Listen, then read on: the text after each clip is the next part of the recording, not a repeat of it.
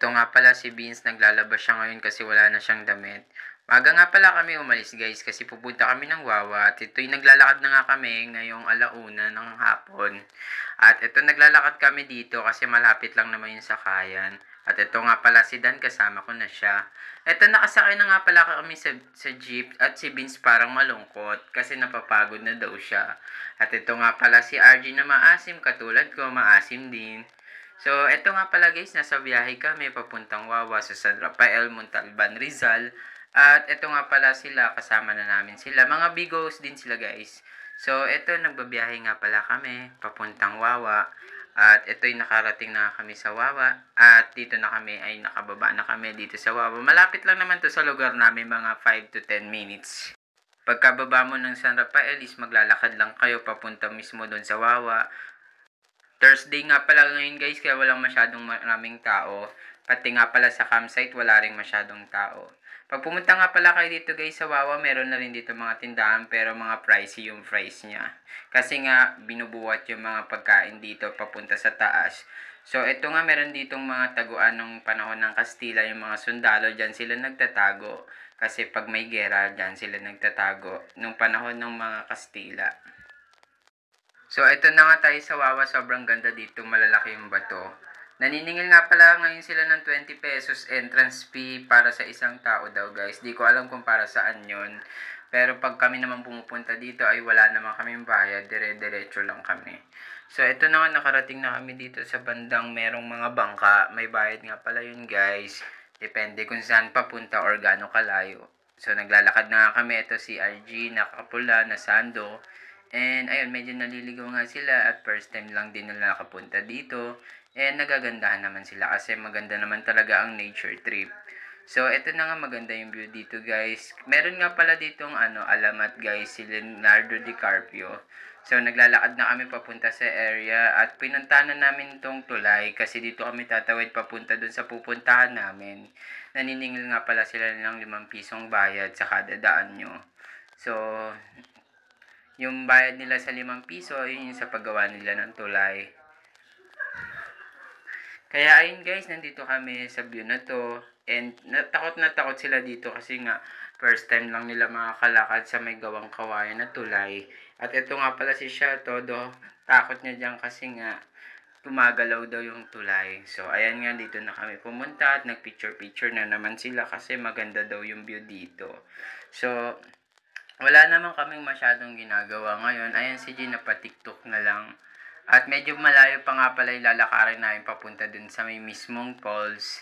So ayan, sobrang saya naman kami. Nag-enjoy naman kami pero nakakapagod nga lang. So naglakad-lakad kami papuntang falls. Lahat sila may kanya-kanyang hawak. At ito nga pala si Bean, sobrang saya niya kasi madudulas daw siya. Kaya ayun, pinasuyo niya yung pagkain. So, ayan, naglakad na kami at nandito na kami, malapit na kami papunta sa aming falls na liliguan kasi mas maganda doon yung view at mas malalim yung tubig doon. So, naglakad-lakad pa nga kami dyan kasi nga naghahanap kami ng magandang spot ng falls na aming papaliguan ngayon. So, ayan, naglakad-lakad pala kami dyan. Panay tanong sila kung malapit na, pero sinasabi ko malapit na, pero malayo pa talaga. Ayun nga lang, masarap talaga mag-nature trip guys kung marami kayo para hindi naman masyadong nakaka-boring. Wala nga palang internet dito guys kasi ngayon yung mas maganda para quality time talaga yung bonding nyo. At kung magsi-cellphone lang kayo, mag-stay na lang kayo sa bahay.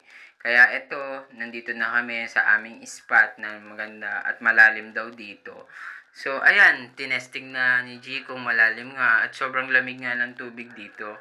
Tapos yung nakatalikod na nakulay itim na polo, siya nga pala si Dan. Si G naman yung nakapulang sando at yung nakadress ay si Cheska. Natatawa nga ako kasi nga magpo-pulse kami pero maliligo siyang nakadress.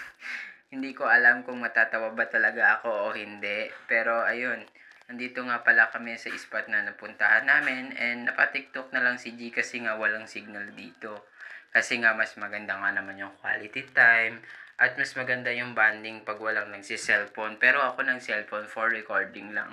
So, ito na nga pala ako, palusong na ako at tinesting ko. Sobrang lamig nga talaga kasi nga hindi ko alam kung dahil lang sa bagong ulan or tapos na yung ulan. Pero sobrang lamig ng tubig guys, parang may yelo. So, ayan, nagbabanding na kami dito. And nakakatuwa naman talaga dito. Kasi sobrang saya naman talaga dito, guys. So, ayan, napatiktok si G kasi nga walang signal dito. Kaya nag-manual sounds na lang siya. So, ayan. Mag-enjoy lang kayo habang may banding. And minsan na kayo magkakasama-sama. Kaya, sulitin nyo na yung mga araw nyo. Kasi alam naman natin, next time is magiging drawing lang yung gala nyo. Kaya mas maganda talaga minsan biglaan talaga yung mga gala nyo kasi mas natutuloy. Kasi minsan pag nakaplano talaga merong hindi nakakapunta, merong hindi nakakasama, at meron ding nakakapunta. Pero maraming dahilan.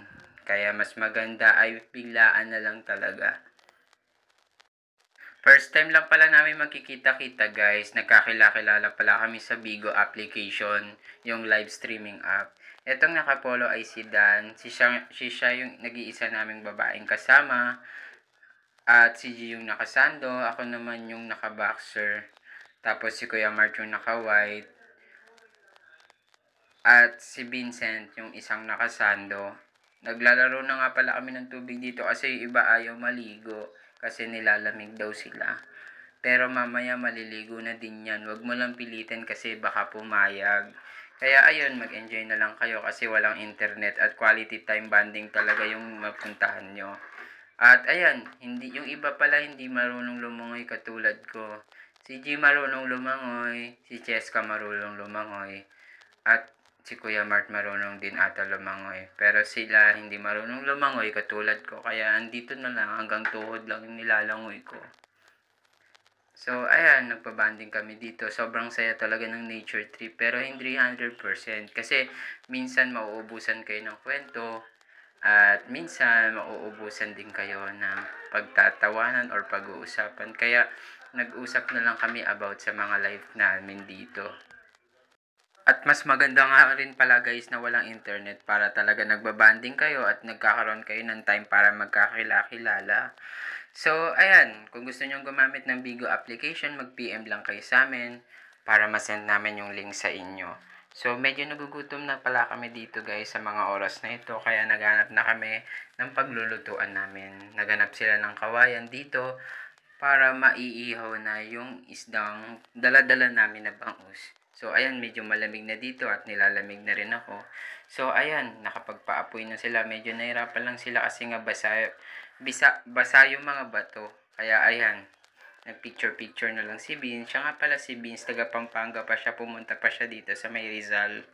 So, ayan, pauwi na kami dito kasi nga maghahapon na. And baka gabihin kami sa daan at mahirapan kami maglakad-lakad. At medyo delikado na rin siguro. So, ayun, nagbayad nga pala kami ng 5 piso na Ecopi dito. Pero sana linisin nga nila dito yung mga kalat. Pero responsibility pa rin yun ng mga nagpupunta doon. So, ayun lang guys. Nag-enjoy naman kami dito. And mag-ingat lang kayo dito kasi baka magkaroon ng problema. Kaya, ayun, hapon na. Kaya, pauwi na kami. Kaya mag-ingat kayo, mag-enjoy kayo dito sa Wawa San Rafael, Montalban, Rizal. Kung gusto nyo pumunta dito, ayun lang, maraming salamat. Bye-bye!